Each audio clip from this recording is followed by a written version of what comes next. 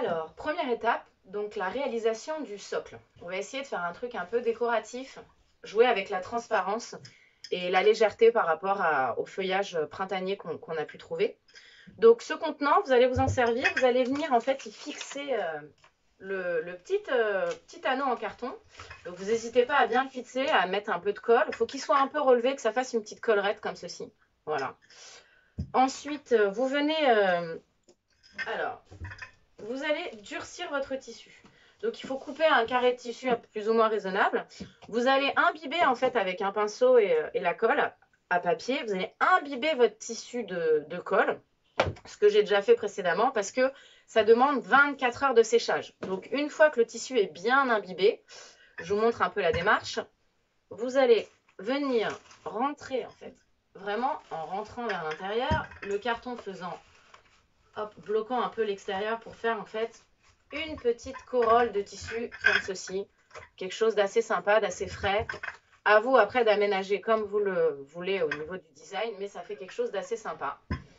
Et par la suite, quand c'est bien sec, vous allez obtenir, voilà, donc c'est du tissu durci, hein, donc bon, il n'est pas hyper dur non plus, mais ça va nous servir de base. Et c'est surtout qu'en fait, du coup, ça va recouvrir complètement la mousse végétale qu'on va mettre, la mousse hydrophile qu'on va mettre à l'intérieur. Et du coup, ça va donner un côté un peu sympa. À ça, vous venez y mettre votre petit carré de papier à l'intérieur, papier transparent. Alors ça, c'est tout simplement pour éviter que ça fuit, parce qu'on travaille sur du tissu, donc on va mettre de la mousse avec de l'eau à l'intérieur. Donc pour éviter que ça tâche et que ça fuit, vous n'hésitez pas à mettre un bout de plastique au fond. Il va falloir venir découper réellement tout ce qui dépasse pour ne pas laisser apparaître de tissu.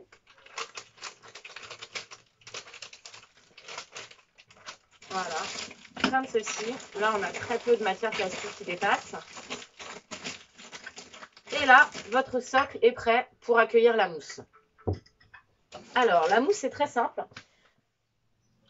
Vous avez de la mousse hydrophile qui se présente comme ça. C'est des gros pavés en général là que j'ai déjà découpés. Celle-ci est sèche. Je l'ai faite imbiber en fait dans de l'eau toute la nuit. Donc ça peut faire juste quelques heures, hein. Vous n'êtes pas obligé, même ça prend 10 minutes à imbiber, hein. Surtout, vous laissez bien votre pain de mousse tomber dans l'eau. Voilà, et ça vous donne en fait un pain de mousse comme ceci.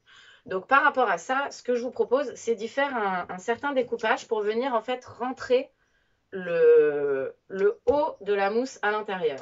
Donc vous voyez, je vais découper en diagonale, hop, et je vais laisser dépasser. Je vais un peu faire comme si c'était un T.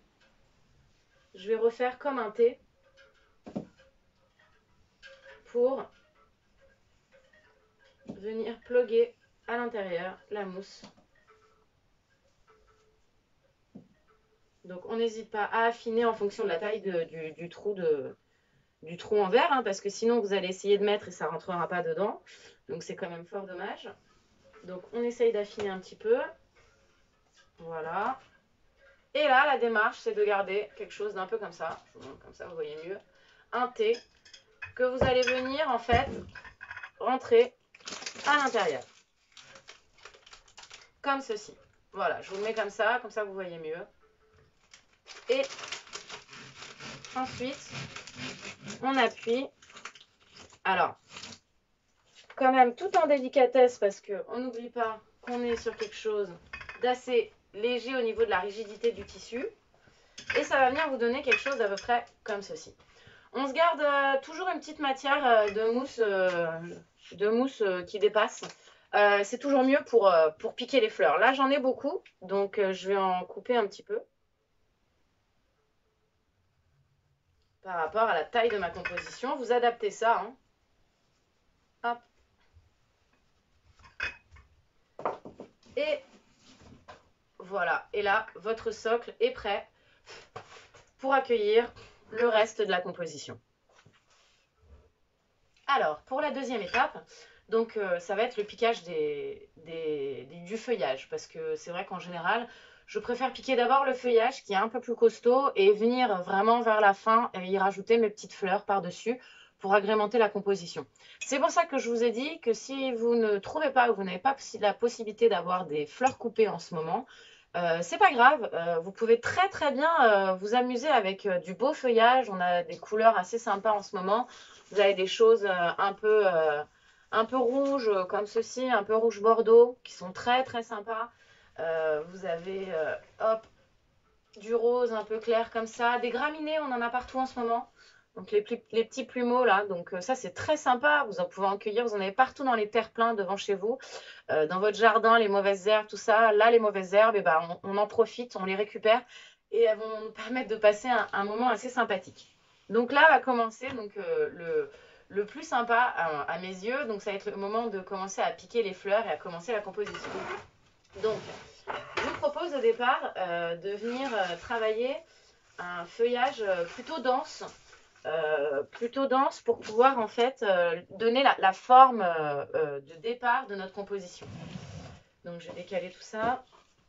Hop, on se met bien à l'aise, hein. On prend un peu d'espace. On n'hésite pas à protéger sa table, j'ai oublié de le dire. Avec une nappe cirée, si vous faites ça en intérieur, en extérieur, c'est sympa. Vous posez la nappe cirée et une fois que vous avez terminé, un coup d'éponge et tout est propre. C'est important aussi de travailler dans quelque chose de propre. Alors, hop, je vais venir retailler, hop, et définir en fait la taille de ma composition de départ. Donc je vais essayer de faire quelque chose d'assez rond. Voilà, un peu qui déborde un peu sur les côtés pour faire quelque chose d'assez retombant, assez baroque. Voilà, on va lui donner sa forme principale.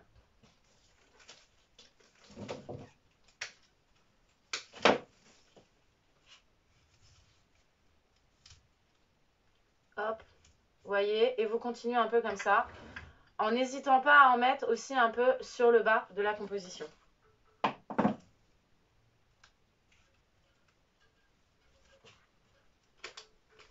Une fois qu'on pique une tige dans la mousse, même si on a fait une petite bêtise, c'est mieux de la laisser. On va éviter de venir à chaque fois piquer, retirer, sinon votre mousse s'abîme beaucoup.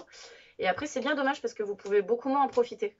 Voilà. Tandis qu'après, une fois la composition terminée, vous verrez, des fois, les petites erreurs de piquage ne se voient pas forcément. Hop, voilà. Donc, vous voyez, vous allez avoir quelque chose d'assez sympa au départ. Alors, pour la suite de la composition, je vous propose de continuer à y mettre du feuillage. Donc je vous propose des feuillages différents. J'ai un feuillage un peu violet comme ça, avec des petites pommes. J'ai un petit peu d'eucalyptus, quelques graminées comme je vous ai dit précédemment, et quelques petites branches roses comme ceci qui sont très sympas. Et on va venir les piquer, donc donner un peu de légèreté à notre composition en venant y mettre le feuillage. Donc je vous avoue que mon péché mignon c'est le feuillage. J'adore faire des compositions uniquement de feuillage d'ailleurs. Je trouve ça très sympa, très harmonieux. Et je trouve que très souvent le feuillage est délaissé alors que c'est lui qui met vraiment la fleur en valeur, en beauté comme on dit. Hop. Donc vous n'hésitez pas, alors soit vous en mettez un peu partout et vous jugez un peu, soit vous faites par masse. Vous pouvez aussi travailler par masse, c'est-à-dire regrouper là où vous mettez de l'eucalyptus, vous mettez que de l'eucalyptus. Là où vous mettez du feuillage, des graminées, vous faites une masse de graminées ou de feuillage un peu plus contenant. Hop. Voilà, et vous continuez vraiment dans le principe d'agrémenter comme ceci la composition.